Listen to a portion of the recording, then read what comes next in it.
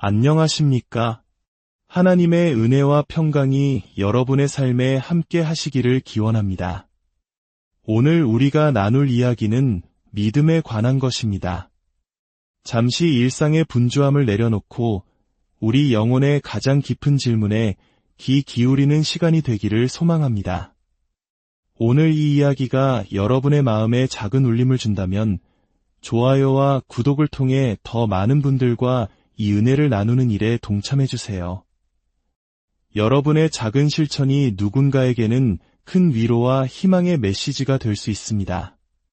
주님의 이름으로 여러분 모두를 축복합니다. 우리 삶의 여정에서 때로 우리는 결코 흔들리지 않을 것 같은 믿음을 가진 사람들을 만나곤 합니다. 어쩌면 여러분 자신은 신앙이 깊지 않거나 종교적인 사람이 아닐 수도 있습니다. 하지만 살면서 한 번쯤은 그런 사람을 본 적이 있을 겁니다. 어떤 일이 닥쳐도, 어떤 새로운 사실을 마주해도, 어떤 시련이 찾아와도 그들의 믿음은 굳건합니다. 마치 마르지 않는 샘물처럼 하나님께서 모든 것을 주관하고 계시며 그분의 선한 계획 안에 있다는 확신이 그들 안에서 끊임없이 흘러나오는 것처럼 보입니다. 그 무엇도 그들을 흔들지 못하는 모습은 경이롭기까지 합니다.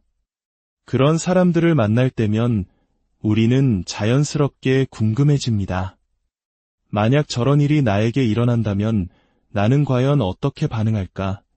사실 바로 어제 아침 제 아내와 저는 한 모녀에게 위로의 전화를 걸었습니다. 불과 며칠 전 그들의 삶을 영원히 바꿔놓을 끔찍한 비극을 겪은 분들이었습니다. 남편이자 아버지, 그리고 아들을 한순간에 잃은 아내와 딸이었죠. 너무나 가슴 아픈 사연이기에 자세히 말씀드리긴 어렵습니다. 전화를 걸면서 저희는 극심한 슬픔과 절망의 목소리를 예상하며 마음의 준비를 했습니다. 하지만 수화기 너머로 들려온 것은 우리의 예상과 정반대였습니다. 저는 결국 그 놀라운 여성분의 말을 잠시 멈추고 이렇게 말할 수밖에 없었습니다. 지금 하시는 말씀의 내용과 목소리의 톤이 며칠 전 겪으신 그 끔찍한 상황과 도무지 연결되지 않습니다. 그러자 그녀는 담담하게 대답했습니다. 아마 여러분 중에도 이런 말을 들어보신 분이 있을 겁니다. 네, 저희는 그저 이 모든 과정 속에서 하나님을 신뢰하고 있어요.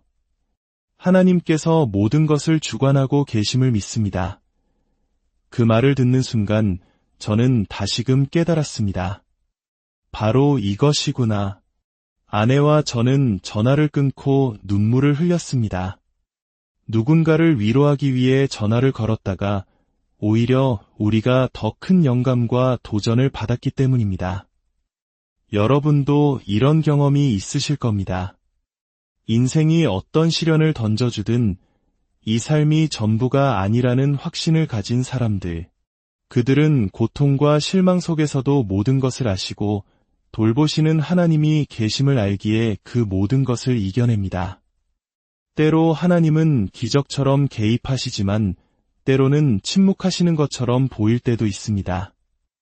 하지만 그들의 믿음은 그 어떤 상황에서도 흔들리지 않습니다. 이것은 단순히 놀라운 신념의 문제가 아닙니다. 그들의 믿음은 살아있고 현실적이며 삶의 모든 상황 속에서 그들의 반응과 결정을 이끌어가는 원동력이 됩니다. 그렇다면 오늘 우리가 던져야 할 질문은 이것입니다.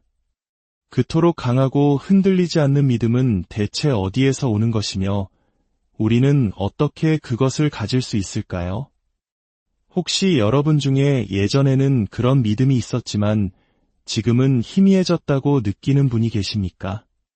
혹은 한때는 반석 같았던 하나님에 대한 확신이 너무 많은 것을 보고 듣고 겪으며 사라져버렸다고 생각하는 분도 있을지 모릅니다. 만약 여러분이 믿음을 찾고 있거나 잃어버린 믿음을 되찾고 싶거나 혹은 지금 가진 믿음을 더 강하게 키우고 싶다면 오늘부터 시작될 이 이야기는 바로 당신을 위한 것입니다. 복음서를 통해 예수님의 삶을 따라가다 보면 예수님을 놀라게 했던 것이 단 2가지뿐이었음을 발견하게 됩니다. 그 중 하나가 되어 예수님을 놀라게 할 수 있다면 얼마나 멋질까요? 첫 번째 이야기는 마태복음에 나옵니다. 예수님께서 제자들과 길을 가실 때 한 로마군 백부장이 다가와 부탁을 합니다. 당시 로마는 이스라엘을 점령한 제국이었고 제자들은 예수님께서 로마 장교와 대화하는 것조차 못마땅했을 것입니다. 백부장은 말했습니다. 주님, 제 하인이 병들어 집에 누워 있습니다. 그를 고쳐주십시오. 당시 유대인들의 생각으로는 하나님은 결코 로마인을 편들지 않으실 것이며 만약 예수님이 진정 하나님의 사람이라면 이방인인 백부장의 집에 들어가 자신을 부정하게 만들면서까지 하인을 고쳐주지는 않을 것이라 예상했을 겁니다. 하지만 예수님은 뜻밖에도 물론이지 내가 가서 고쳐주겠다고 하시며 백부장의 집으로 가려 하셨습니다. 그때 백부장이 예수님을 향해 말했습니다. 바로 이 대목이 예수님을 놀라게 한 부분입니다. 주님, 그러실 필요 없습니다. 저는 주님을 제 집에 모실 자격이 없습니다. 다만 말씀만 하옵소서. 그러면 제 하인이 나을 것입니다. 저 또한 권위 아래 있는 사람이요. 제 아래에도 부하들이 있습니다. 제가 이 사람더러 가라 하면 가고 저 사람더러 오라 하면 옵니다. 이 모든 것은 제 힘 때문이 아니라 저를 보내신 로마 제국의 권위 때문입니다. 예수님, 저는 당신을 지켜보았습니다. 당신이 행하시는 일들은 당신 뒤에 더 위대한 권위가 없다면 불가능한 일들입니다. 그러니 말씀 한마디면 충분합니다. 예수님은 이 말을 들으시고 놀라셨다고 성경은 기록합니다. 헬라어 원어로는 타우마조, 즉 경탄했다는 의미입니다. 예수님은 무엇에 그토록 감명받으셨을까요? 사람들은 늘 예수님께 무언가를 요구했습니다. 바로 직전에도 나병 환자를 고치셨지만 그때는 놀라지 않으셨습니다. 다행히도 예수님은 왜 놀라셨는지 직접 말씀해 주십니다. 군중을 향해 이렇게 선포하셨습니다. 내가 진실로 너희에게 이르노니 이스라엘 중 아무에게서도 이만한 믿음을 보지 못하였노라. 예수님을 가장 놀라게 한 것은 바로 위대한 믿음이었습니다. 크고 담대하며 살아 움직이는 믿음 말입니다. 무엇이 이 백부장의 믿음을 그토록 위대하게 만들었을까요? 그것은 그가 예수님이 누구신지 어렴풋이나마 이해했기 때문입니다. 그리고 예수님의 특별함을 인식했을 때 그는 자신의 모든 것을 걸었습니다. 예수님, 당신이 원하신다면 굳이 저희 집에 오실 필요조차 없습니다. 바로 그 믿음의 예수님은 바로 이거야. 내가 찾던 것이 바로 이것이다 라고 감탄하신 것입니다. 흥미로운 사실은 예수님께서는 그 누구의 지식이나 순종에 감탄하신 적이 한 번도 없다는 것입니다. 정말 똑똑하구나 혹은 그 순종이 참으로 놀랍다고 칭찬하신 적이 없습니다. 예수님의 관심을 끌고 그분을 놀라게 한 것은 머릿속에만 머무는 믿음이 아닌 삶의 현실 속에서 살아 움직이는 비범한 믿음이었습니다. 예수님을 놀라게 한 두 번째 사건은 정반대의 경우였습니다. 예수님께서 고향에 방문하셨을 때의 일입니다. 처음에는 고향 사람들이 예수님의 가르침과 기적에 놀라워하며 우리 동네 영웅이라며 반겼습니다. 하지만 곧 질투심이 싹트기 시작했습니다. 잠깐만, 이 사람 그냥 목수 아니야? 우리 동네에서 자랐잖아. 마리아의 아들이고 저기 야고보, 요셉, 유다, 시몬의 형제잖아. 그 누이들도 우리랑 같이 있고 그들은 그가 뭐 그리 특별해?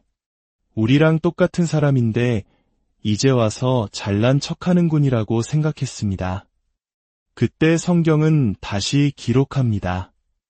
예수께서 그들이 믿지 않음을 이상히 여기셨더라. 여기서도 놀라셨다는 같은 단어가 사용됩니다. 즉, 예수님을 가장 놀라게 한 두 가지는 위대한 믿음과 믿음 없음이었습니다. 이를 통해 우리는 예수님의 가장 중요한 목표가 무엇이었는지 알 수 있습니다. 그것은 바로 그분의 제자들이, 그리고 오늘날의 우리들이 위대한 믿음의 사람들이 되는 것이었습니다. 하지만 여기서 우리는 믿음이라는 단어를 명확히 이해해야 합니다. 믿음은 단순한 희망이나 긍정적인 생각과는 다릅니다. 믿음에는 반드시 대상이 있습니다. 예를 들어, 여러분이 비행기를 탈 때 목적지까지 안전하게 도착할 것이라고 희망하고 낙관합니다. 하지만 여러분의 믿음은 그 희망이나 낙관 자체에 있는 것이 아닙니다. 여러분의 믿음이 닻을 내리고 있는 대상은 비행기의 기계적 안전성과 조종사의 전문성입니다. 믿을 만한 대상이 있기에 희망을 가질 수 있는 것입니다. 중요한 것은 믿음의 대상은 특정한 결과가 아니라는 점입니다. 모든 게 잘 될 거라고 믿어라고 말하는 것은 사실 믿음이라기보다는 희망에 가깝습니다. 예수님은 백부장의 긍정적인 태도에 감동하신 것이 아닙니다. 예수님을 놀라게 한 것은 백부장이 예수님을 자신의 믿음과 신뢰의 대상으로 인식했다는 사실입니다. 그는 예수님이라면 다른 누구도 할 수 없는 일을 하실 수 있는 분임을 알았던 것입니다. 그래서 예수님의 사역의 핵심은 당신 스스로를 믿음의 대상으로 세우시는 것이었습니다. 예수님은 체포당하시기 전날 밤 혼란스럽고 두려워하는 제자들에게 말씀하셨습니다. 너희는 마음에 근심하지 말라. 하나님을 믿으니 또 나를 믿으라. 여기서 하나님을 믿는다는 것은 단순히 하나님의 존재를 인정한다는 뜻이 아닙니다. 사도 요한은 이 개념을 설명하기 위해 당시 헬라어 문법에 없던 새로운 표현을 만들어냈습니다. 믿는다는 동사와 아내라는 전치사를 결합하여 단순한 지적 동의를 넘어 신뢰한다는 깊은 의미를 전달했습니다. 예수님은 제자들에게 너희는 하나님을 신뢰하지? 그렇다면 나 또한 그렇게 신뢰하라고 말씀하신 것입니다. 이는 내가 너희 믿음의 대상이 되기를 원한다. 는 엄청난 선언이었습니다. 그런데 여기에는 더 깊은 의미가 있습니다. 예수님께서 자신을 믿음의 대상으로 세우신 이유는 바로 하나님 아버지가 어떤 분이신지를 우리에게 보여주기 위함이었습니다. 예수님은 하나님의 본성을 드러내기 위해 오셨습니다. 당시 종교 지도자들을 포함한 많은 사람들은 하나님에 대해 잘못된 생각을 가지고 있었습니다.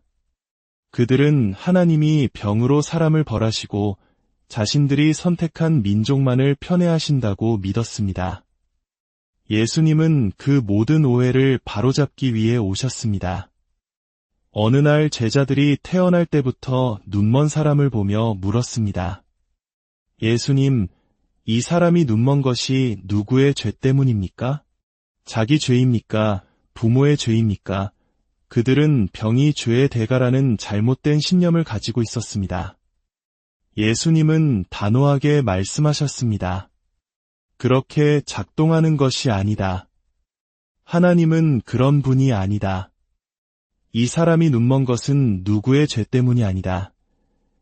예수님은 그들의 잘못된 하나님상을 깨뜨리셨습니다. 또 어떤 사람이 이웃을 사랑하라는 계명에 대해 물으며 자신이 사랑해야 할 이웃의 범위를 묻자 예수님은 선한 사마리아인의 비유를 말씀하셨습니다. 당시 유대인들이 경멸하던 사마리아인을 이야기의 영웅으로 삼으심으로써 하나님께는 편애가 없으며 우리의 이웃은 도움이 필요한 모든 사람임을 가르쳐 주셨습니다. 예수님은 심지어 원수를 사랑하라고 가르치셨습니다. 이는 하나님께서도 자신의 원수까지 사랑하시는 분이기 때문입니다. 하나님이 악인과 선인에게 모두 햇빛을 비추시고 의로운 자와 불의한 자에게 모두 비를 내려주시는 것을 보지 못하느냐? 이처럼 예수님은 당신의 삶과 가르침 전체를 통해 우리가 오해하고 있던 하나님의 진짜 모습을 드러내셨습니다. 그래서 사도 바울은 이렇게 요약했습니다. 이 모든 것은 장차 올 것들의 그림자일 뿐이요 몸은 그리스도의 것이니라. 그림자를 통해서는 실체의 일부만 알 수 있습니다. 하지만 실체가 나타나면 더 이상 그림자에 얽매일 필요가 없습니다. 예수님 이전의 모든 것은 하나님을 향한 그림자였고 예수님 자신이 바로 그 실체였습니다. 그렇기에 하나님을 진정으로 알고 싶다면 우리는 창세기에서 시작하는 것이 아니라 바로 예수님에게서 시작해야 합니다. 예수님은 우리와 하나님 사이의 관계를 회복하기 위해 오셨습니다. 그리고 모든 관계의 기본 화폐는 무엇입니까? 그것은 바로 신뢰, 즉 믿음입니다. 순종이나 두려움이 아닙니다. 그렇기 때문에 예수님은 계속해서 당신을 신뢰하라고 당신 안에 믿음을 두라고 초대하신 것입니다. 예수님을 신뢰하는 것은 곧 예수님께서 보여주신 그대로의 하나님 아버지를 신뢰하는 것이기 때문입니다. 에덴 동산에서 깨어졌던 것이 무엇입니까? 바로 하나님과 인간 사이의 신뢰였습니다. 예수님은 그 깨어진 신뢰를 회복하고 우리가 하나님을 오해 속에 두려운 존재가 아니라 참된 모습 그대로 사랑과 은혜의 아버지로 알고 관계 맺기를 원하셨습니다. 하나님께서는 우리의 살아있고 능동적이며 모든 역경에도 불구하고 드리는 신뢰를 통해 가장 큰 영광을 받으십니다. 마치 어떤 사람이 어려운 상황 속에서 모든 증거가 불리하게 보임에도 불구하고 아니야, 나는 그를 믿어라고 말해줄 때 우리가 가장 큰 감동과 영광을 느끼는 것처럼 말입니다. 하나님 아버지는 우리가 성숙하여 어떤 도전에 직면하더라도 이렇게 질문하는 사람이 되기를 원하십니다. 이것은 내가 원했던 상황이 아니다. 하지만 하나님께서 나와 함께 하신다고 확신한다면 나는 무엇을 해야 할까? 이런 믿음을 가진 사람들은 정말 놀랍지 않습니까? 그들은 용서하고 사랑하며 현실을 부정하지 않으면서도 믿음으로 한 걸음 한 걸음 나아갑니다. 그 믿음은 머리에만 있는 것이 아니라 손과 발, 그리고 삶 전체에 녹아 있습니다. 이것이 바로 예수님께서 우리를 초대하신 삶입니다. 어쩌면 여러분 마음속 깊은 곳에서도 그런 믿음을 갈망하고 있을지 모릅니다. 오랜 시간 동안 청소년 사역에 헌신하며 저는 어떻게 하면 다음 세대에게 지속 가능한 믿음을 심어줄 수 있을까 고민했습니다. 한국 교회의 수련회에서 뜨거운 은혜를 받고 눈물로 회개하지만 일상으로 돌아가면 며칠 만에 식어버리는 수련의 믿음이 아니라 평생 지속되는 믿음을 말입니다. 수많은 사람들의 신앙 여정을 듣고 연구한 결과 저는 지속적인 믿음을 만들어내는 5가지 공통적인 믿음의 촉매제가 있음을 발견했습니다. 이 5가지 요소는 우리의 삶의 모든 단계, 즉 부모님의 이혼과 친구 문제로 고민하는 10대의 시기, 지적인 회의감과 씨름하는 대학생의 시기, 결혼 생활에 어려움을 겪는 시기, 자녀를 갖기 위해 기도하거나 자녀를 잃는 아픔을 겪는 시기 등 모든 순간에 우리의 믿음을 굳건하게 세워주는 핵심 원리입니다. 만약 여러분이 과거에 믿음을 잃었다면 앞으로 몇 주간 나눌 이야기를 통해 그 이유를 발견하게 될지도 모릅니다.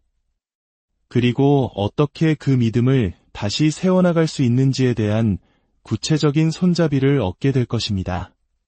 한 가지 분명한 것은 제가 만난 사람들 중 누구도 예수님 때문에 믿음을 잃지는 않았다는 것입니다. 그들은 잘못된 하나님에 대한 생각, 삶의 비극, 혹은 지적인 회의 때문에 믿음을 떠났습니다.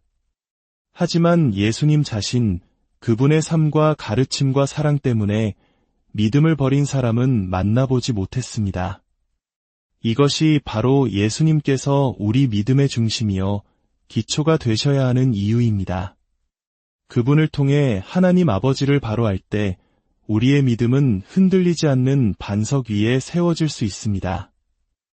다음 시간에는 이 5가지 믿음의 촉매제 중 첫 번째에 대해 깊이 나누어 보고자 합니다. 여러분의 믿음을 강화하고 다시 시작하며 혹은 새롭게 발견하는 이 여정의 끝까지 함께 하시기를 바랍니다. 다음 시간까지 주님의 평안이 여러분의 삶과 가정